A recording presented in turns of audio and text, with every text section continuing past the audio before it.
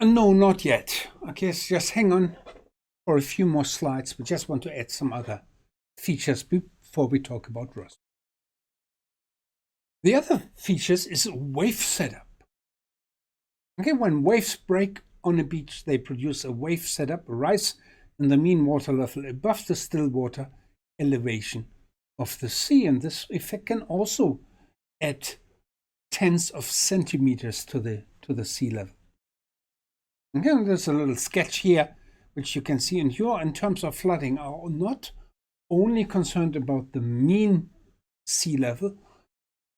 If you have a property near a beach, you also are concerned about the highest waves. Okay, so if you have a big storm, you also can be impacted by the highest waves actually washing over the shoreline. It's not only the wave setup, but also something that we call the maximum run-up. Okay? So let's talk about another feature. Let's talk about the effect of tropical cyclone, essentially. Just moving over to the next slide. What tropical cyclones do is they can lift the seawater, the water level in the center of the sea. And this is a feature that we call the inverted barometer. It's an adjustment of the sea level to atmospheric pressure. Inverted barometer. What we have in cyclones is we have a low air pressure. And what it does is shown here in this sketch, just looking from the side, what the atmospheric pressure does, it produces a gradient that almost instantly pushes water towards the center of high pressure.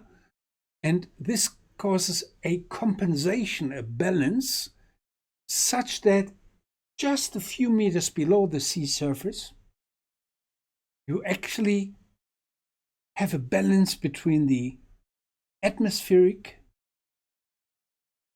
pressure and the adjustment pressure due to the changes in the sea level. Okay, you have a constant there.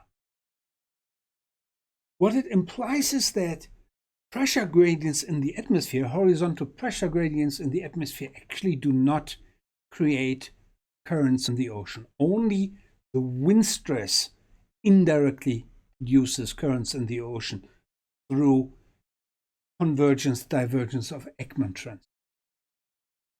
Okay, so if you ever wondered about the pressure forcing or pressure gradient forcing from the atmosphere, no, it does not create currents, but it leads to an instant adjustment of the shape of the sea surface, called the inverted barometer effect.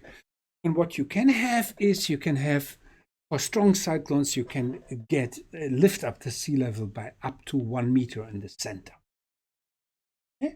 So as the cyclone moves along the sea surface, with it moves a wave or an adjustment that leads to a 1 meter sea level elevation. It moves along with the storm.